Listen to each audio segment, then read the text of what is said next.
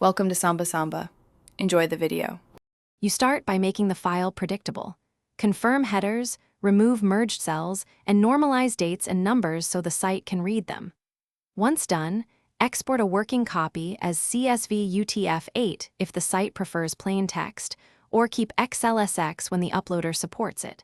Make sure to back up the original so you can roll back. Then open the website's import tool, or API docs, to identify required columns and sample payloads before attempting the upload.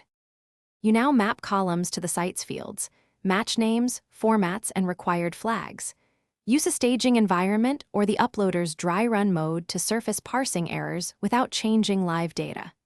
If using an API, craft a small JSON sample and test a single row post to confirm field types and authentication. Once confirmed, batch rows in sensible sizes, 500 to 000 depending on server limits, and monitor the response for row-level errors so you can correct and retry only the failing records. You finish by uploading batches and watching the import summary and server logs for failures.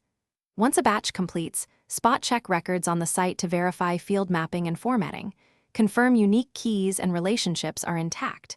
If the import fails, read the error lines, correct the source file, often date formats or stray characters, and re-export a CSV.